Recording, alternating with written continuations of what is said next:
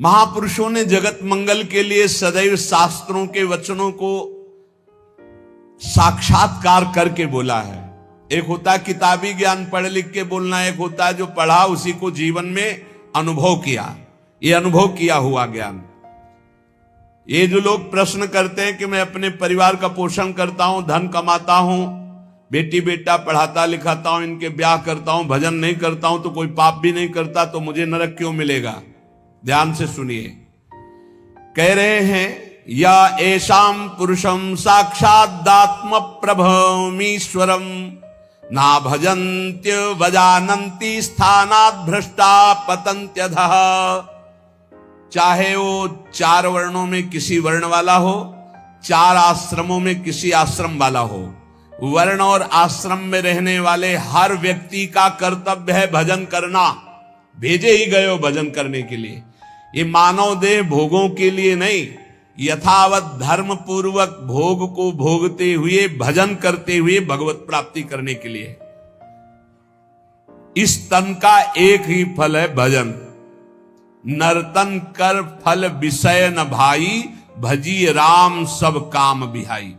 जो मनुष्य मानव देह प्राप्त करके भजन नहीं करता उसको इस बात का दंड मिलता है। वो अपने वर्ण आश्रम से भ्रष्ट होकर नीच योनियों में जाता है और बहुत कष्ट पाता है। क्यों?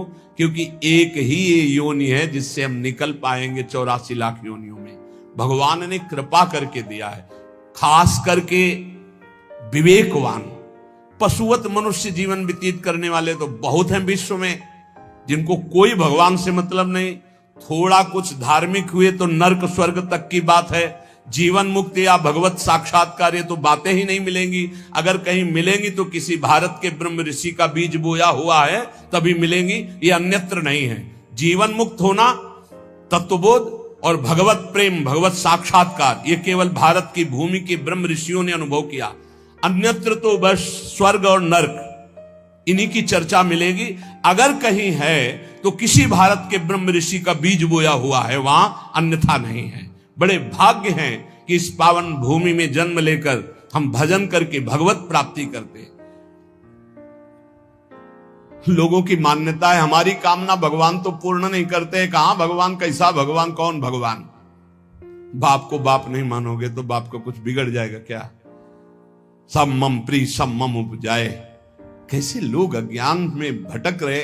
तुम करो पापाचरण, तुम्हारी बात सुनेंगे। अच्छा यही सोचो, हमारे भारत का प्रधानमंत्री है, हर प्रयास करता है, कोई भी बने अपनी बुद्धि से प्रयास करता है भारत उज्जवल हो। यदि सत्य मार्ग का पथिक है, वो अपने कर्तव्य को समझता है तो ही सोचेगा भारत उज्जवल भविष्य वाला बने, भारत धनाढ्य बने, भारत एक बलवान देश बने, भारत की हर प्रजा सुखी रहे। इसके बाद उसी का बनाया हुआ कानून है। अगर इसके विपरीत ऐसा करता है कोई तो उसको इतनी सजा, उसको ये दंड, उसको ये दंड। ऐसे ही भगवान का विधान है।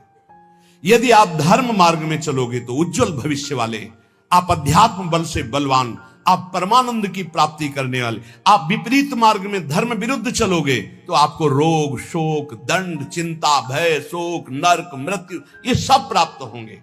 भगवान ने निर्णय कर दिया।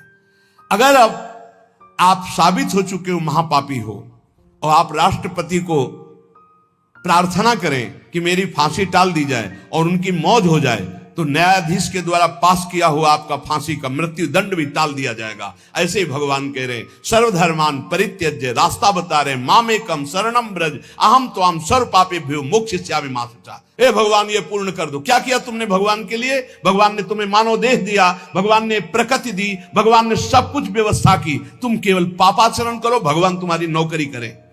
तुम भगवान के अंश हो, भगवान ने तुम्हें देह दिया, भगवान ने प्रकृति दिया, तुम भगवान के लिए क्या कर रहे हो? तुम हमारी समाज के लिए जो भगवान ने रचा है उसके लिए क्या कर रहे हो? अपनी वासनाओं की पूर्ति। तो दंड नहीं भोगोगे और क्या भोगोगे? तुम्हारे गाली देने से भगवान कोई छोटे हो जाएंगे? तुम्हारे थूकने से आकाश गंदा हो जाएगा? तुम कर सकते हो तो सिर्फ अपना बुरा कर सकते हो और कुछ नहीं कर सकते। लिख लो हमारी बात।